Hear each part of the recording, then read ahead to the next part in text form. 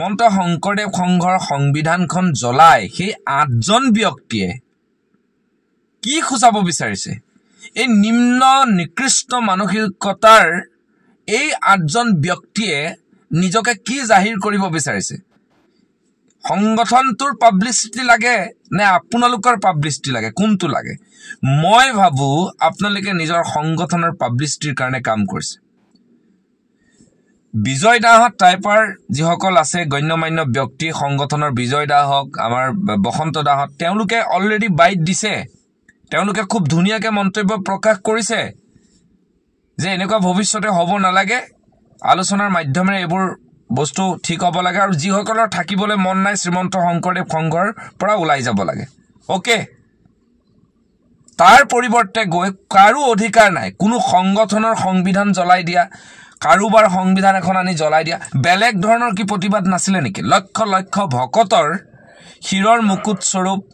এই সংবিধানখন জ্বলাই নিজকে জাহিৰ কৰিব বিচৰা মই ব্যক্তিকেইজনক কৈছো যে অসমত বহুত সংগঠন আছে এই সংগঠনবিলাকৰ ভিতৰত আপোনালোকে এনেকুৱা এটা অতি নিম্ন মানদণ্ডৰ কাম কৰিলে যি কামে অসমীয়া ৰাইজক এখাপ তললৈ লৈ গ'ল এনে ধৰণে মাত মাতিব লাগে ক'ত আপোনালোকে যেনেকৈ প্ৰতিবাদ কৰিছে তেনেকৈ ক'ত মাত মাতিব লাগে আমাৰ সমস্যাবিলাক বানপানী সমস্যাক ৰাষ্ট্ৰীয় সমস্যা ৰূপে যিটো স্বীকৃতি দিব লাগে সেইবিলাকৰ ওপৰত আপোনালোকে প্ৰতিক্ৰিয়া দাহ কৰক ডাঙৰ ডাঙৰ নেতাৰ আমাৰ ল'ৰাবিলাকক 10,000 তলত স্যালাৰি দি কাম কৰাই আছে সেইবিলাকত মাতক গাঁৱে গাঁৱে মদৰ দোকান আছে সেইবিলাক প্ৰতিবাদ কৰক কিন্তু নিজৰ মাজতে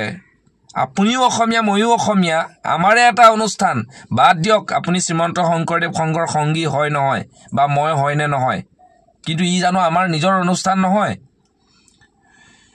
ঠিক তেনেকৈ কোনোবা এটা অনুষ্ঠানৰ বিৰুদ্ধে গৈ যদি সংবিধানখন জ্বলাই দিয়া কাৰ্য কৰা যায় এটো কিমান নিকৃষ্ট কাণ্ড হ'ব পাৰে আৰু ইয়াৰ পৰিণাম আপোনালোকক ভগৱানে দিব আমাৰ ভকতসকলে দিব নালাগে আইনী ব্যৱস্থা লৈছে সেইফালৰ পৰা হ'ব কিন্তু উইদিন 1 year 1 বছৰৰ ভিতৰত আপোনালোকে ইয়াৰ উত্তৰটো পাই যাব নিজে নিজে ইমান বৃহৎ অনুষ্ঠান এটাৰ বিৰুদ্ধে এনেকৈ নাযায় আৰু 2 নম্বৰ কথা শ্ৰীমন্ত শংকৰদেৱ সংঘৰ সংবিধান কাৰো মতে খলনি নহয় ইয়াত ভকতৰ মতামতৰ মতে খলনি হ'ব 2-এজন ভকতে কৰবাত কিবা এটা গণ্ডগোল কৰি গোটেই অনুষ্ঠানটোক বদনাম কৰিব চেষ্টা কৰিব অপচেষ্টা তাত কিছুমানে খাৰ পানী যোগাব অনুষ্ঠান কি বন্ধ হৈ যাব ভাবিছে নেকি আপোনালোকে তেনেকৈ না ইয়াক কলংকৃত কৰিব পাৰিব কোনো ভকতে শ্ৰীমন্ত শংকৰদেৱ সংঘৰ এই জাতীয় অনুষ্ঠানক বেয়া নাপায় আৰু বহুত শুভাকাংক্ষী আছে চাওক শ্ৰীমন্ত শংকৰদেৱ সংঘই শ্ৰীমন্ত শংকৰদেৱ গুৰুজনাৰ আদৰ্শ প্ৰতিষ্ঠা কৰিছে কোনে ক'ব পাৰিব শ্ৰীমন্ত শংকৰদেৱ গুৰুজনাই মদ খাব দিছে বুলি ক'ব পাৰিব নেকি কোনোবাই নাই দিয়া ৰাগিয়াল বস্তুৰ পৰা আঁতৰত থাকিব দিছে সাত্বিক আহাৰ গ্ৰহণ কৰিব কৈছে হেতু সত্তৰ সত্তাধিকাৰ সকলেও কয় এজন ব্যক্তি 10 বছৰে এই যোনজন মানুহ 10 বছৰ মান আছে চাগে শংকৰদেৱ সংঘত ইমান দিন সংবিধানখন নপঢ়িলে কোনে কৈছে মেডাম মেফিত যাব নোৱাৰে বুলি কোনে কৈছে আপোনাৰ অনুষ্ঠানত বেলেগ জাতিয়ে পতা অনুষ্ঠানত যাব নোৱাৰে বিয়াত যাব নোৱাৰে সকলোতে পাৰে সংঘ মানুহ সকলোতে পাৰে কিন্তু তাত সংগী হিচাপে বা সেৱক হিচাপে সেই মুহূৰ্তখিনিত তেওঁ সেই পূজা অৰ্চনাটো কৰিব নোৱাৰে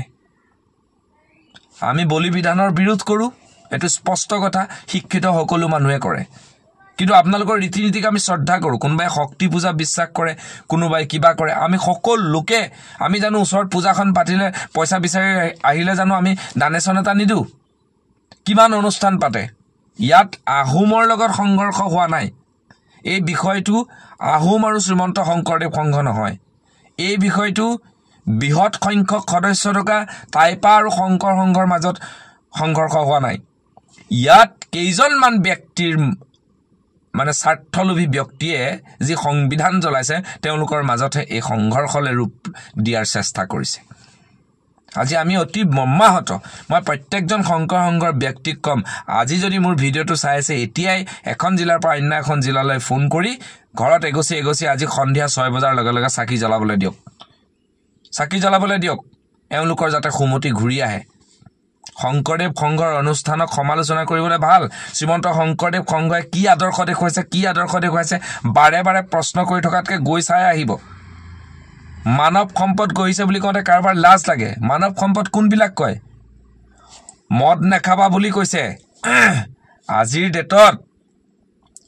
মদ খাই যিমান সমস্যা আপোনালোকে দেখিছেনে কিমান মাকে পুতেকে মাকক দেউতাকে ঘৈণীয়েকক কিমান কি সমস্যা সংগঠিত হয় লাষ্টত গৈ কাৰণ বিচাৰিলে মদেই হয় গতিকে মদ নাখাবলৈ কৈছে বেছিকৈ মাংস খালে বেমাৰ হয় বেছিকৈ মাংস খালে উগ্ৰ হয় মানুহ সেইকাৰণে গুৰুজনাৰ আদৰ্শৰে প্ৰতিষ্ঠিত আৰু সেইটো সময়তো 1930 চনৰ আগতো এই 8জন মানুহৰ দৰে নিকৃষ্ট মানুহে গুৰুজনাৰ ধৰ্মভাগীৰ লগত অপভংশ কৰিব মানে এক খৰণ হৰিনাম ধৰ্ম এতিয়া আপোনাক যদি মই কোনোবা এজন মানুহক যদি মই সুধো শ্ৰীমন্ত শংকৰদেৱ গুৰুজনে মূল বাণী কি আপোনালোকে ডাইৰেক্ট ক'ব এক দেও এক খেও এক বিনে নাই কেও তেতিয়াহ'লে সেইটোতো মই কোৱা কথা নহয় মোৰ স্বৰচিত কথা নহয় ইমান নিকৃষ্ট কাম কৰিবৰ কাৰণে ইমান তললৈ গৈ কাম কৰিবৰ কাৰণে এবাৰ লাজ নালাগিল ভাবিবলৈ সময় নহ'ল যে আমি একেলগে গোটেইখিনি অসমীয়া আমি যদি আমাৰ অসমীয়াখিনিৰ মাজতে ভাগ হৈ যাওঁ আমি জীয়াই থাকিম কেনেকৈ সৌখিদিনা আহোম জনগোষ্ঠীক এজন ল'ৰাই অপমান কৰে প্ৰথম ভিডিঅ' মই বনাইছিলোঁ যে আহোমক এনেকৈ ক'বলৈ সাহস ক'ত এতিয়াও কৈছোঁ এনেকৈ নক'ব কোনেও আহোম সম্প্ৰদায়ৰ ৰীতি নীতি কাৰোবাৰ গালি পৰাৰ অধিকাৰ কাৰো নাই তেওঁলোকৰ ৰীতি নীতি তেওঁলোকে মানক আৰু শ্ৰীমন্ত শংকৰদেৱ সংঘলৈ যদি কোনোবা আহিছে জাতিৰ সক্ৰিয়তা থাকিবই ইয়াত বিভিন্ন ধৰণৰ ব্যক্তিয়ে শংকৰ সংঘত আছে আহোমসকলৰ আধা মানুহ মূল সমিতিতে আছে ইয়াত জাতি জনগোষ্ঠী যিসকলক নিজ বুলি ভবা হৈ দলিয়াই দিয়া হৈছিল তেনেকুৱাখিনি মানুহক আঁকোৱালি শ্ৰীমন্ত শংকৰদেৱ সংঘই এটা অনুষ্ঠান কৰিছে কালি মোৰ গোটেই দিনটো বহুত মানুহৰ ফোন আহিছে কৈছে বৈকুণ্ঠ মই শক্তি পূজা কৰিব পাৰোঁ কিন্তু শ্ৰীমন্ত শংকৰদেৱ সংঘৰ যি আদৰ্শ সেই আদৰ্শক আমি সদায় সন্মান কৰোঁ এই কামটো বৰ নিকৃষ্ট কাম কৰিলে গতিকে তই আহোম তই চুতীয়া তই মটক তই যোগী তই গোস্বামী এইবোৰ কৰি যাতে সমাজখন ভাগ কৰিব নালাগে সকলো আমি এক অসমীয়া আমি এক যদি আমি হিন্দুৰ এটা পন্থা বৈষ্ণৱ পন্থাত বিশ্বাসী আপুনি শক্তি পন্থাত বিশ্বাস আমি কোৱা নাই আপোনাক যে আপুনি এইটোৰ পৰা আমালৈ গুচি আহক আমি পইচা দিছোঁ আমি নাই কোৱা আমি আপোনালোকক মাথো চেষ্টা ৰাখিছোঁ যাতে নৱপ্ৰজন্মই মদৰ পৰা আঁতৰি থাকে বেয়া কামৰ পৰা আঁতৰি থাকে সংঘত থাকিলেও চাবি দেই সংঘত আছ কিন্তু এইবোৰ কাম নকৰিবি এই মনৰ এই যে সৰুতে কোৱা হয় এইটো বস্তু বেয়া এইটো নকৰিবি সেইকাৰণে এটা চেষ্টা কৰা হৈছে কোনোবা ইউটিউবাৰে শংকৰ সংঘৰ ওপৰত ভিডিঅ' বনাইছে মই তেওঁলোককো কৈছোঁ এনেই অদৰকাৰী কামত সময় নষ্ট নকৰিব যিবোৰ মূল বিষয় সেই বিষয়বিলাকৰ ওপৰত মাতিবলৈ শিকক মই ক'লো নে নাই আজি পৰকীয়া প্ৰেমে সমগ্ৰ অসম চানি ধৰিছে এজনী ছোৱালী বা এটা ল'ৰা থাকোঁতে এজন মতা মানে আকৌ এটা সন্তান লৈ আহিছে কি ছোৱালী এজনী লৈ আনিছে সন্তানৰ সৈতে সেইবিলাকৰ ওপৰত মাতক মূল্যবৃদ্ধি হৈছে সেইবিলাকৰ ওপৰত মাতক শ্ৰীমন্ত শংকৰদেৱ সংঘৰ দৰে অনুষ্ঠানটোক এই ব্যক্তিকেইজনে এনেকুৱা কৰিব বিচাৰিছে মানে আহোম আৰু